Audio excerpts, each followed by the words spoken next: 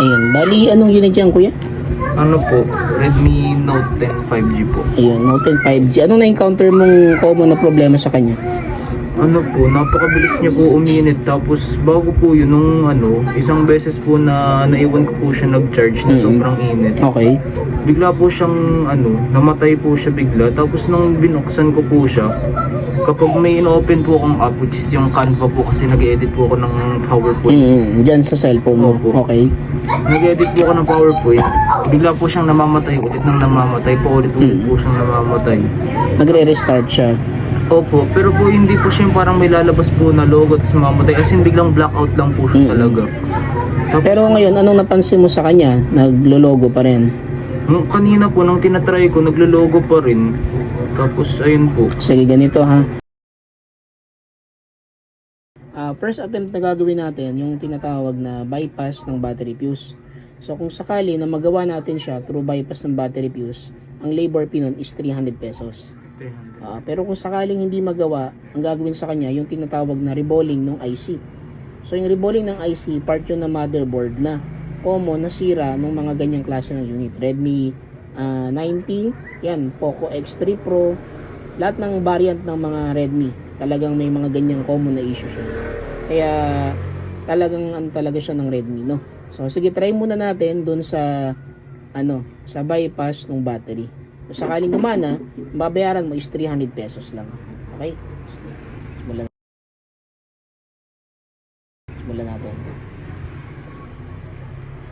Bali kuya, ano pala ako ha? Isa akong content creator din sa Facebook. Gumagawa din ako ng mga content, mga nagbablog. Pwede na! Okay lang ba na i-content natin to? Okay lang po. Ayun, sige. Nice. Para at least Kapatid naman po. Oo.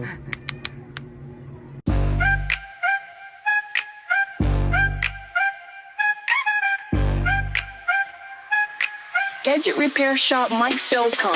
Your trusted repair shop service to suit your needs. And repair any kind of gadgets with quality work. We don't just repair, we also care for your beloved gadgets.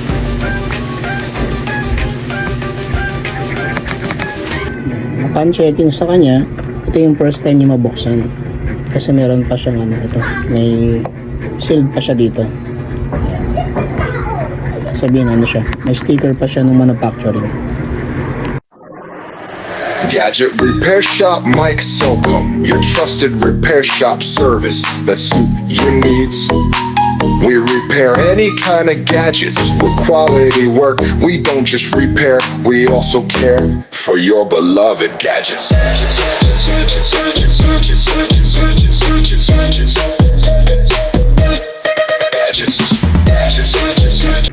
So ito yung battery niya kuya.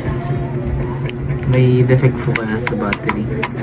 Kasi nung nag-try po ako mag-search, baka daw po sa battery, di ko po kasi alam talaga, kaya nag-search po muna ako.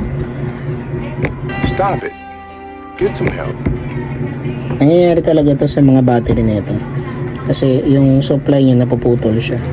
Ayun, kapag hindi tumubra, ang second option natin pala, aside, kasi yung reball last na yun replacement nito itong battery. So yung replacement, kung sakaling doon tayo mag-proceed, i-order natin itong battery kasi wala tayong stock nito. Itong battery naman is worth 800 naman pag in-order natin.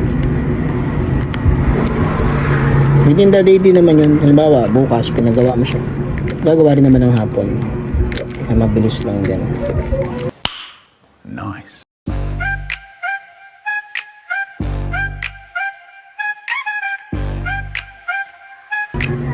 Usually po yung problema po mga pag ganyan pong nagsa-stuck sa logo is battery po.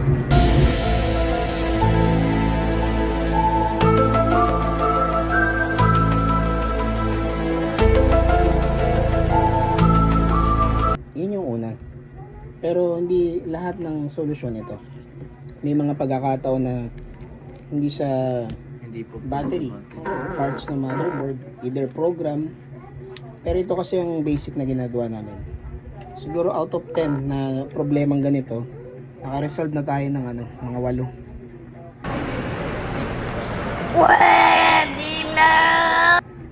Kaya yung chance niya medyo mas mataas-taas.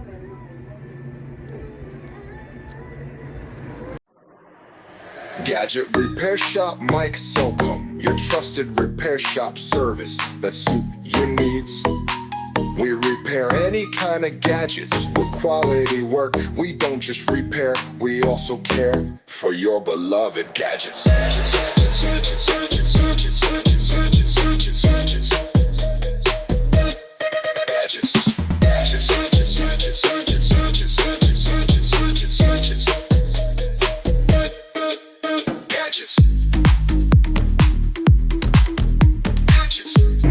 So, try natin ngayon kuya, no?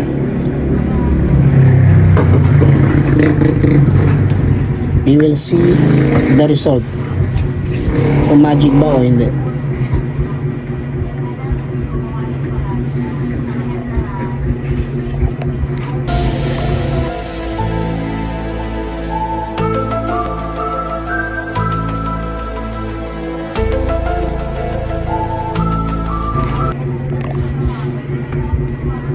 Ano sa palagay mo kuya?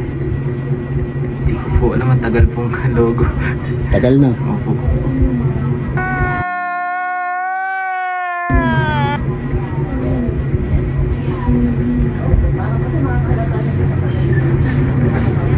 Ayan, what do you think? Hindi ko ano na po kasi nag-stock lang po siya noon sa ano sa Redmi. Ayan. Kaya yun yung sinasabi ko na common na problema niya.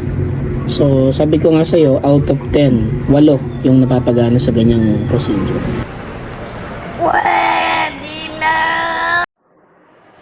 Gadget Repair Shop Mike Silcom, your trusted repair shop service that suit your needs. We repair any kind of gadgets with quality work. We don't just repair, we also Ay, yun kuya. Okay? Gumana. Kumana, no? Opo. Sabi sa'yo tiwala lang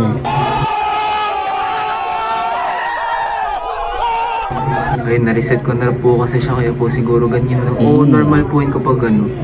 Pag na-reset talaga siya, ganyan. So, i-input mo na lang sa kanya ngayon yung, ano niya, tawag doon, account niya. Yung Google account and everything, no? Opo. Ayan. So, ito na. Ito na yung phone mo. Kabit na natin siya ngayon.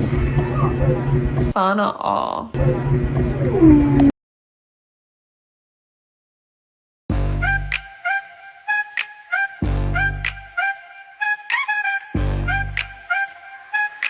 Gadget Repair Shop Mike Silcom. Your trusted repair shop service to suit your needs.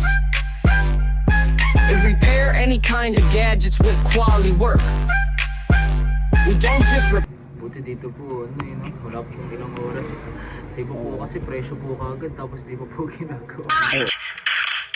Ako kasi gusto ko ma-check muna yung unit bago ko presyuhan. Nice. Kasi yan ang tinuro din sa amin dun sa schooling namin. Kailangan mo ng analysis muna. Then tsaka ka magpo-proceed dun sa magiging gastos.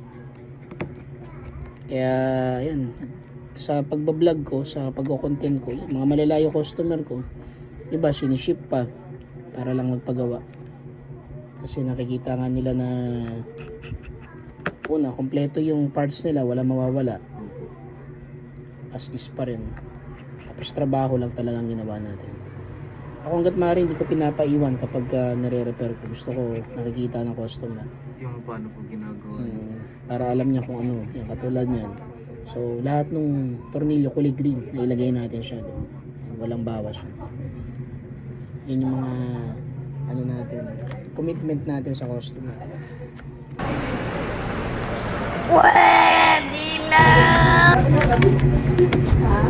Takot po kasi ako sa iba kasi baka po mga ano po kasi mga presyo kaagad ay Oo. 1.9 kapag ganito ganyan wala po pong ano sabi ko pa lang po di pa po na-check ay ganito kasi yung mangyari kapag ganyan. Oo. May ganun talaga. Iba-iba kasi ang ang mga karakteristik ng technician. Sa akin kasi gusto ko yung customer sulit ang ipagagawa. Sana all. Iba nagsasabi medyo mahal daw, pricey daw ako maningil. Pero ang sabi ko naman sa kanila, kung ikaw kasi may puhunan, bumili ka ng gamit, nag-aral ka, kumukonsume ka ng kuryente, diba? Kung ibibigay mo lang din naman ng mura, ilibre mo na para at least ka na. Mapagawang ka na ng revolto. Total, gusto mo pala Masyado ko na pong Oo, sobrang bait mo. Buti sana kung wala kang pamilyang, may pamilya kang pinakakain. Isipin mo yan, may pinagagatas ka. Lahat eh.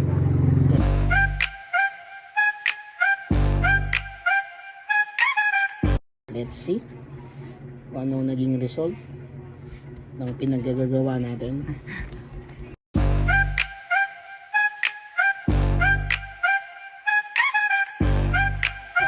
So, ayan. Okay na siya. Okay lang po yan, no? Balikan ko na lang po pati yung cellphone kasi Di, iwan dalhin ko mo na. yung wallet ko eh. Dalhin mo na. Yung pambayad mo, i-done mo na lang dito, ha? Tiwala naman ako sa'yo eh. Sige po. Ayan, sige. Ano po? Bukas po ng umaga. Oo, okay lang. Done mo sa akin bukas ng umaga. Apo.